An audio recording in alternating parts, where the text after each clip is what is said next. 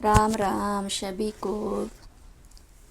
रामचरितमानस अध्याय 1 सुना रही हूँ मैं, जिसमें बालकांड पाठ का जिक्र हो रहा है। यह सब चरित्र मैंने गाकर कहा, अब आगे की कथा मन लगाकर सुनो। ज्ञानी महामुनि विश्वामित्र जी वन में शुभ आश्रम जानकर बसते थे। जहाँ वो मुनि जप यज्ञ और योग करते थे, परंतु मारीच और सुबाहु से बहुत डरते थे। यज्ञ देखते ही राक्षस दौड़ पड़ते थे और उपद्रव मचाते थे, जिससे मुनि दुख पाते थे। गाधी के पुत्र विश्वामित्र जी के मन में चिंता छा गई कि हे पापी राक्षस भगवान के बिना ना मरेंगे। तब श्रेष्ठ मुनि ने मन में विचार किया कि प्रभु ने पृथ्वी का भार हरने के लिए अवतार लिया है। इसी बहाने जाकर मैं उनके चरणों का दर्शन करूं और विनती करके दोनों भाइयों को ले आऊं, जो ज्ञान वैराग्य और सब गुणों के धाम है। उन प्रभुओं को मैं नेत्र भरकर देखूंगा। बहुत प्रकार से मनोरथ करते हुए जाने में देर नहीं लगी। सरयू जी के जल में स्नान करके वो राजा के दरवाजे पर पहुँचे। राजा ने जब मुनि का आना सुना, तब वो ब्राह्मणों के समाज को साथ लेकर मिलने गए और दंडवत करके मुनि का सम्मान करते हुए उन्हें लाकर अपने आसन पर बैठाया। चरणों को धोकर बहुत पूजा की और कहा, मैंने समान धन्य आज दूसरा कोई नहीं है। फिर अनेक प्रकार के भोजन करवाए, जिससे श्रेष्ठ मुनि ने अपने हृदय में बहुत ही हर्ष प्राप्त किया। फिर राजा ने चारों पुत्रों की मुनि के चरणों पर डाल दिया। श्री रामचंद्र जी को देखकर मुनि अपने देह की शुद्धि भूल गए। वो श्री रामचंद्र जी के मुख की शोभा देखते ही ऐसे मग्न हो गए, मानो चकोर पूर्ण चंद्रमा को देखकर लुभा गए हो। तब राजा ने मन में हर्षित होकर ये वचन कहे, हे मुनि, इस प्रकार कृपा तो आपने कभी नहीं की। आज किस कारण से आपका शुभागमन हुआ, कहिए, मैं उसे पूरा करने में देर नहीं लगाऊंगा। मुनि ने कहा, हे राजन, राक्षसों के समूह मुझे बहुत सताते हैं, इसलिए मैं तुमसे कुछ मांगने आया हूँ।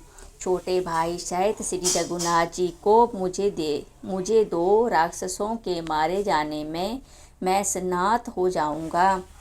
हे राजन, प्रसन्न मन से इनको दो, मोह और अज्ञान को छोड़ दो। हे स्वामी, इससे तुमको धर्म और सुयश की प्राप्ति होगी। इनका परम कल्याण होगा। इस अत्यंत अप्रिय वाणी को सुनकर राजा का हृदय कांप उठा और उनके मुख की कांति फीकी पड़ गई। हे ब्राह्मण, मैंने चौथेपन में 4 पुत्र पाए हैं। आपने विचार कर बात नहीं कही। हे मुनि, आप पृथ्वी, गौ, धन और खजाना मांग लीजिए।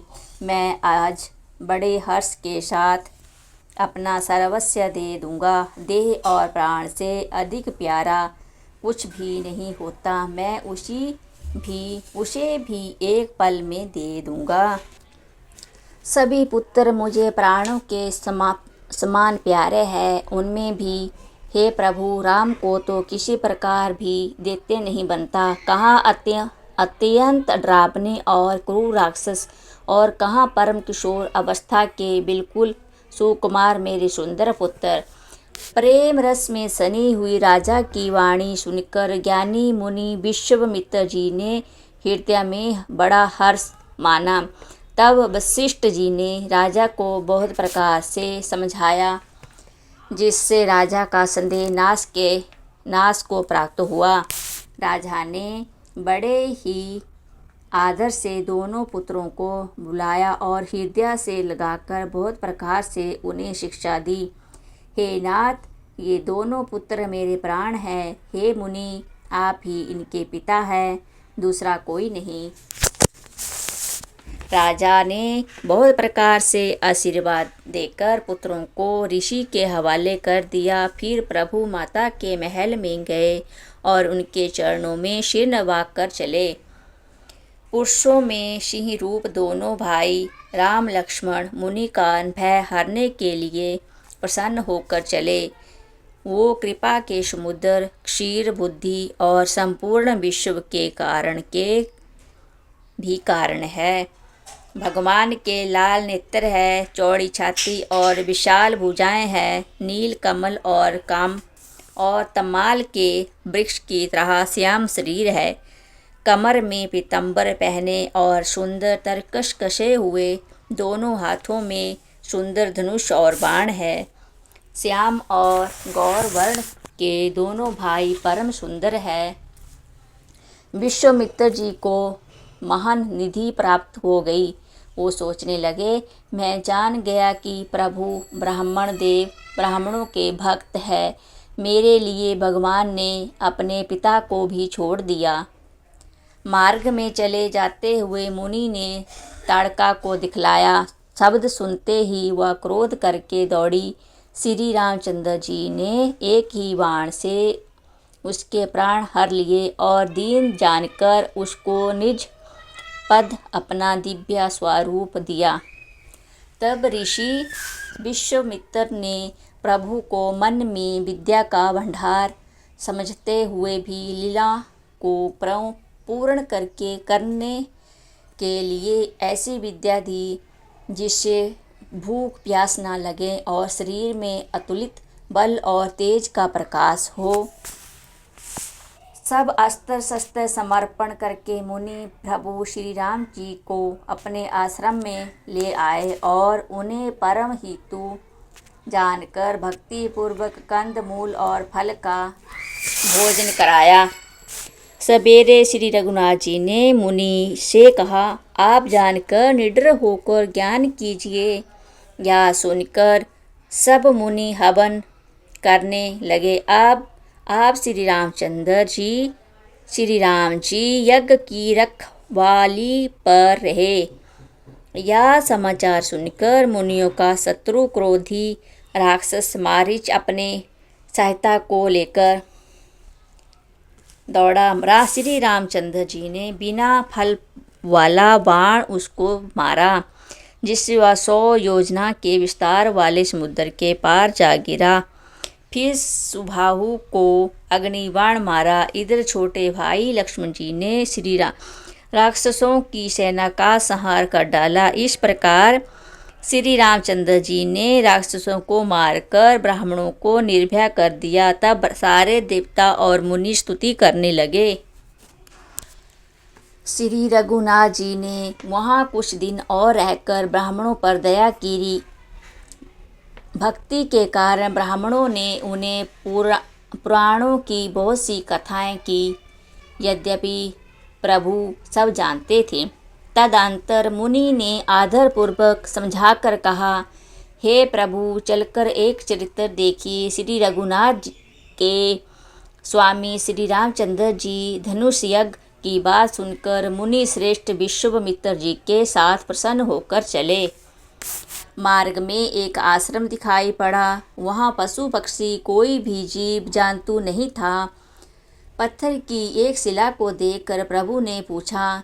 तब मुनि ने विस्तार पूर्वक सब कथा कही। गौतम मुनि की स्त्री अहल्या शापवश पत्थर की देह धारण किए बड़े धीरज से आपके चरण कमलों की धूलि चाहती है। हे रघुवीर, इस पर कृपा कीजिए। श्री रामचंद्र जी के पवित्र और शोक को नाश करने वाले चरणों का स्पर्श पाते ही सचमुच वह तपोमूर्ति अहल्या प्रकार की हो गई। भक्तों को सुख देने वाले श्री रघुनाथ जी को देखकर वह हाथ जोड़कर सामने खड़ी रह गई। अत्यंत प्रेम के कारण वह अधीर हो गई। उसका शरीर पुलकित हो उठा। मुख से वचन कहने में नहीं आते थे।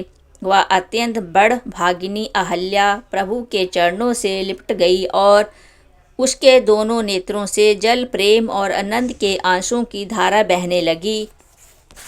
फिर उसने मन में धीरज धार कर प्रभु को पहचाना और श्री रघुनाथ जी की कृपा से भक्ति प्राप्त की। तब अत्यंत निर्मल वाणी से उसने स्तुति परम की। हे ज्ञान से जानने योग्य श्री रघुनाथ जी, आपकी जय हो। मैं अपवित्र स्त्री हूँ और हे प्रभु, आप जगत को पवित्र करने वाले, भक्तों को सुख देने वाले और रावण के शत्रु हैं।